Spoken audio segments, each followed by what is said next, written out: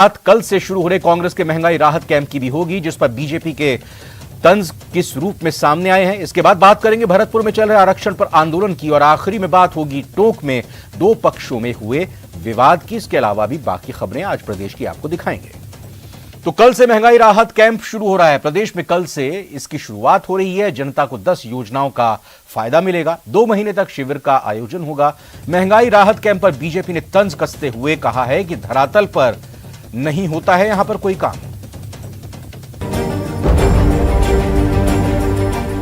महंगाई से मिलेगी निजात। 24 अप्रैल से महंगाई राहत कैंप की शुरुआत। पात्र व्यक्तियों को मिलेगा 10 योजनाओं का उपहार। कल्याणकारी राज्य का सपना हो रहा साकार। बीजेपी ने मंशा पर उठाए सवाल।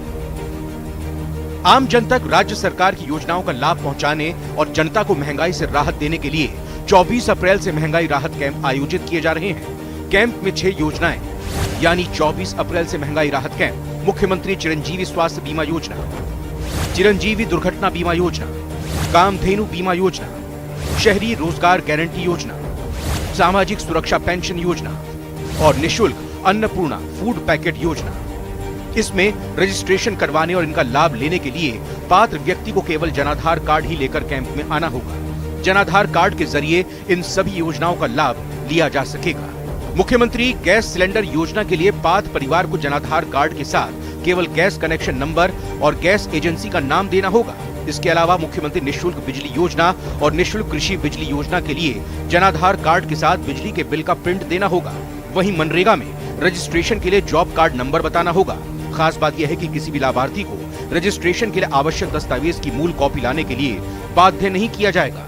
कैंपों में राहत कैंप बहुत ही कामयाब होंगे, क्योंकि लोगों में बहुत उत्साह है हमारी स्कीमों के बारे में। और जो लोग नहीं लेना चाहेंगे मान लो राहत, जो लोग सक्षम हो गए हैं, तो पैसा बचेगा तो उसको पैसे को हम लोग और स्कीम को एक्सपेंड कर देंगे। 500 रुपये गैस सिलेंडर की जो राहत दी गई है उसके बारे में, 100 यूनिट बिजली की राहत, 2000 यूनिट किसानों को बिजली फ्री, इसी प्रकार अन्य जो राहतें दी गई है उन सब के बारे में हमारा पूरा सरकारी महकमा वार्ड वाइज पंचायत वाइज जाएगा। एक और जहां प्रदेश सरकार महंगाई राहत कैंप के जरिए आम आदमी के प्रति अपनी प्रतिबद्धता जाहिर कर रही है, वहीं दूसरी ओर बीजेपी सरकार की मंशा पर सवाल उठा रही है।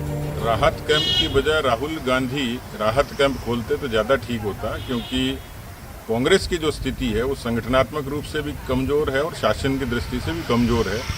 अशोक गहलोत केवल सियासी वायदे करते हैं, सियासी भाषण देते हैं। उनकी घोषणा में, कागज में और धरातल पर क्रियान्विति में कोसों मीलों का फर्क है। जनता से किए गए वायदों को पूरा करने के लिए सरकार तत्पर है।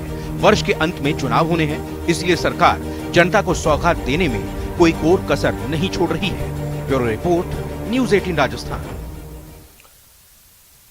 सीएम अशोक गहलोत ने एक बार फिर से अपनी सरकार को रिपीट होने का दावा किया है। उन्होंने कहा है कि प्रदेश में कांग्रेस की सरकार वापसी करने जा रही है। साथ ही उन्होंने नेता प्रतिपक्ष राजेंद्र राठौड़ के बयान पर पलटवार किया और कहा कि उनकी अभी नई नई शुरुआत हुई है। दुनिया के किसी मुल्क में ऐसी स्कीम नहीं है जो हमने दी है। हिंदुस्तान में सवाल ही पैदा नहीं होता, तो लोग सब समझते हैं इन बातों को। मैं समझता हूँ इस बार माहौल इसलिए हमारे पक्ष में है। जनता इस बार सरकार रिपीट करेगी। मेरे पास सर्वे आया है, उस पर भी आया है कि सरकार रिपीट होने जा रही है। जिस प्रकार के वो कमेंट कर रहे हैं उससे उनका स्तर मालूम पड़ रहा है कि ये किस स्तर के प्रतिपक्ष नेता बने हैं। टाइम बताएगा कि ये किस प्रकार से आगे बढ़ पाते हैं। मुझे लगता है कि शुरुआत इनकी अच्छी नहीं हुई है। जिस प्रकार की सोच इनकी है और जिस प्रकार इन्होंने आक्रोश रैली निकाले अभी जाकर के, ये खुद ही रिक्वेस्ट कर रहे हैं डीवाईएसपी को, अधिकारियों को। मैंने सुना है कि यार कुछ पानी की बौछार डालो हमारे ऊपर, तो कम से कम यहाँ जाएं, लगे कि हमने आंदोलन किया है। तो इनकी स्थिति बनी हुई है, इनकी क्या बात करें। नेता प्रतिपक्ष राजेंद्र राठौड़ ने बीजेपी मुख्यालय में प्रेस कॉन्फ्रेंस कर कांग्रेस पर जमकर निशाना साधा। उन्होंने आरपीएससी पेपर लीक और कांग्रेस के महंगाई राहत कैंप को लेकर सरकार को घेरा और क्या कुछ कहा उन्होंने, आइए आपको सुनाते हैं।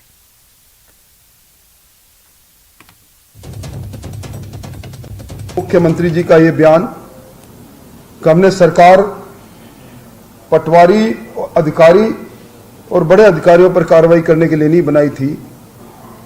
आरपीएससी कलंकित हुई है बाबूलाल कटारा जो पकड़े गए और उन्होंने जिस प्रकार गिरोह बनाकर आरपीएससी में नौकरियों की लूट की छूट दी है, उस पर सचिन पायलट जी का ये बयान, तो उसी बयान के साथ मैं जोड़ता हूं कि ये बाबूलाल जी कटारा को नामजद मुख्यमंत्री जी के हस्ताक्षर से ये हुए।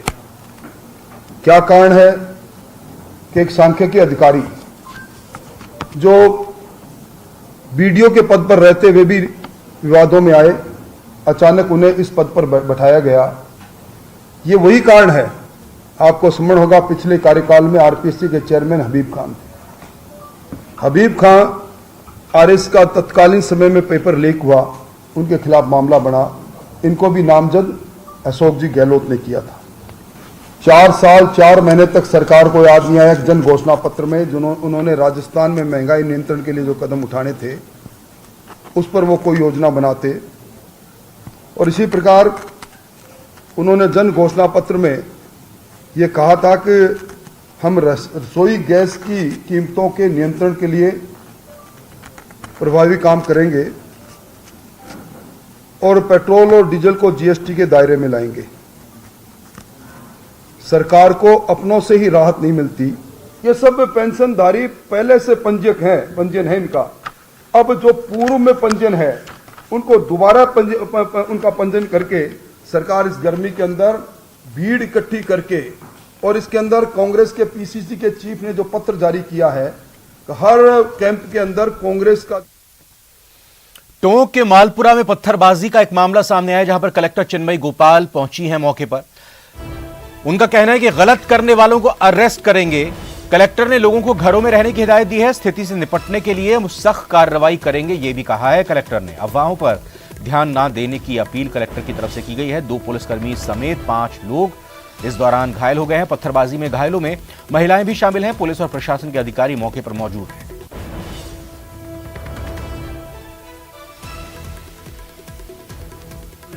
इको मतलब कहीं कोई लुगाई बताए के दिले भाई तमत बगा मां बच्चा बच्चा के लाग जावली जतरा मु तो डिनो 10 40 50 तो डिनो आ गया, 40 50 ही गली में आ गया, 100 एक आदमी गली में से आ गया। अब लुगाई वो कोई सही बोलने अड्डा में कहीं करो फिर कम से कम कोई 40 ईंटा बजे ले जो मारा हाथ पर अरे माथा में लगी से मात्रा आदमी जब कम से कम धीरे धीरे 4 महीने का कम से कम भी 800-900 आदमी गया थे। पुलिस ने फोन करे? पुलिस ने फोन किया था, पुलिस तो बाहर आई से मैं कर लाके बाद में पुलिस आई कौन आ रही कौन पुलिस। मालपुरा में आज एक इंसिडेंट हुआ था जिसमें 2 पक्षों के बीच थोड़ा पथराव हुआ है। Situation is totally under control. Police प्रशासन तुरंत मौके पर पहुंचे, हमारे सारे ऑफिसर तुरंत मौके पर पहुंचे, सिचुएशन को कंट्रोल किया गया है। मैं भी अभी मालपुरा ही बैठी हूं और सिचुएशन जो है हर टाइप से कंट्रोल कर ली गई है। किसी भी प्रकार की कोई पैनिक करने की ज़रूरत नहीं है। एंड जो भी इसमें जिसने भी गलत किया है हम लोग उनको अरेस्ट करेंगे और स्ट्रिक्टेस्ट एक्शन लेंगे कि आगे ऐसी कोई जो घटना है वापस न घटे।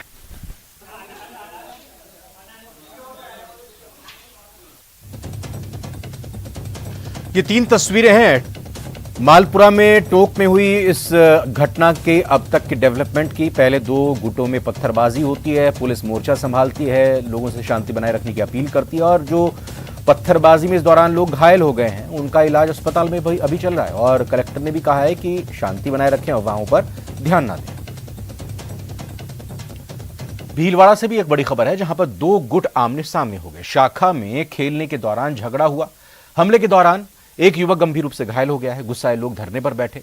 आरोपियों पर कार्रवाई की उनकी तरफ से मांग की जा रही है। पुलिस बल इस वक्त मौके पर मौजूद है। भीमगंज थाना क्षेत्र का यह मामला बताया जा रहा है। घायल को जिला अस्पताल में भर्ती करवा दिया गया है। वहीं दूसरी तरफ कानूनी कार्रवाई की भी मांग को लेकर लोगों और परिजनों का भीमगंज थाने के बाहर इकट्ठा होकर धरना शुरू हो गया। वहीं सूचना पर सीओ सिटी नरेंद्र दायमा, कोतवाल पुष्पा कासोटिया समेत पुलिस का अतिरिक्त जाब्ता भीमगंज थाने में पहुंचा है। वहीं शहर विधायक विठल शंकर अवस्थी भी मौके पर पहुंचे हैं।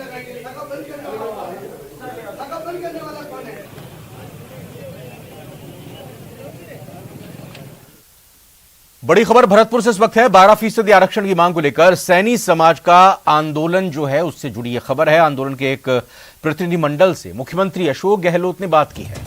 फोन पर बात की है सीएम अशोक गहलोत ने एक प्रतिनिधि से।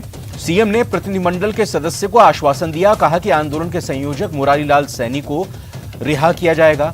हाईवे को खाली करके अधिकारियों से बैठकर बातचीत कीजिए। आश्वासन के बाद प्रतिनिधि मंडल ने डीएम को ज्ञापन सौंप दिया है। 12% आरक्षण की मांग को लेकर सैनी समाज द्वारा लगातार आंदोलन किया जा रहा है। हाईवे को जाम करके बैठे हैं, लेकिन आज जो सैनी समाज का प्रतिनिधि मंडल है उसके मुख्यमंत्री अशोक गहलोत से दूरभाष पर बातचीत हुई और उसके बाद ये अपना जो ज्ञापन है वो लेकर के जिला कलेक्टर के पास पहुंचे हैं। जिला कलेक्टर आलोक रंजन को सैनी समाज का जो प्रतिनिधि मंडल है उसने मुख्यमंत्री के नाम ज्ञापन सौंपा है और जिन पदाधिकारियों को आंदोलन की जो तिथि थी उससे पहले गिरफ्तार किया था, जो लोग आरक्षण संघर्ष समिति से जुड़े थे, उनकी रिहाई की यहाँ पर सबसे पहले जो मांग है वो की गई है। ये हमारे साथ मौजूद है पप्पू सैनी, जिनसे खुद मुख्यमंत्री अशोक गहलोत की दूरभाष पर बात हुई है। आश्वासन दिया था, अब जिला कलेक्टर को आपने मांग पत्र सौंपा है। जिला कलेक्टर आलोक रंजन ने क्या कहा है?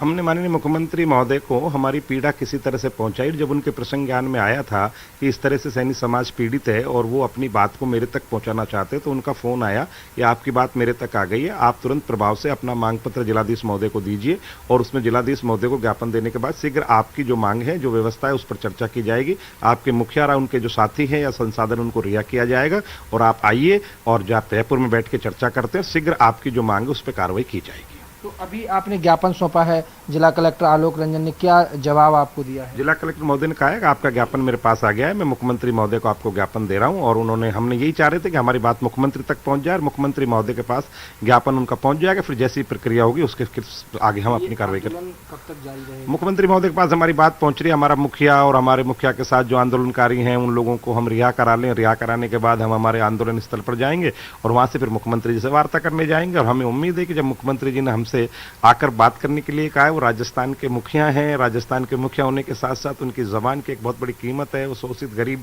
पीड़ित के लिए कार्य करते हैं, वो जननायक हैं, वो सबके बारे में सोचते हैं। वो ना जाति को देखकर काम करते हैं, ना धर्म को देखकर काम करते हैं। हमको ये भरोसा है कि माननीय मुख्यमंत्री महोदय अन्य लोगों की तरह जिस तरह से लोगों को सेवा दे रहे हैं, उनकी सुविधा दे रहे हैं, उनका हक दे रहे हैं, ऐसे सैनी समाज को भी बहुत शीघ्र वो हक देने की कार्रवाई को आगे बढ़ाएंगे, ऐसी उम्मीद रखते हैं। कैमरा पर्सन भवानी के साथ दीपक पुरी, न्यूज 18 भरतपुर।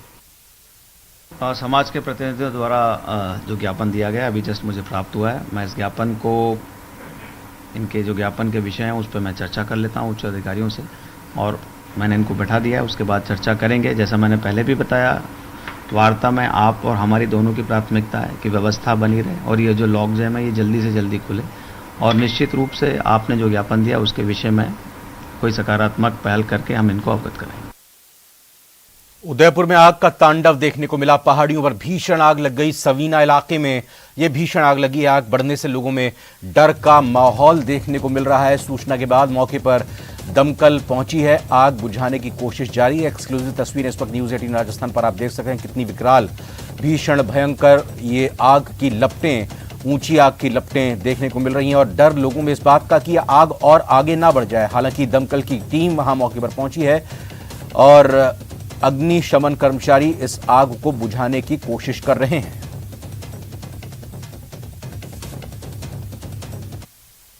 और फिलहाल एक छोटे से ब्रेक का वक्त हुआ है।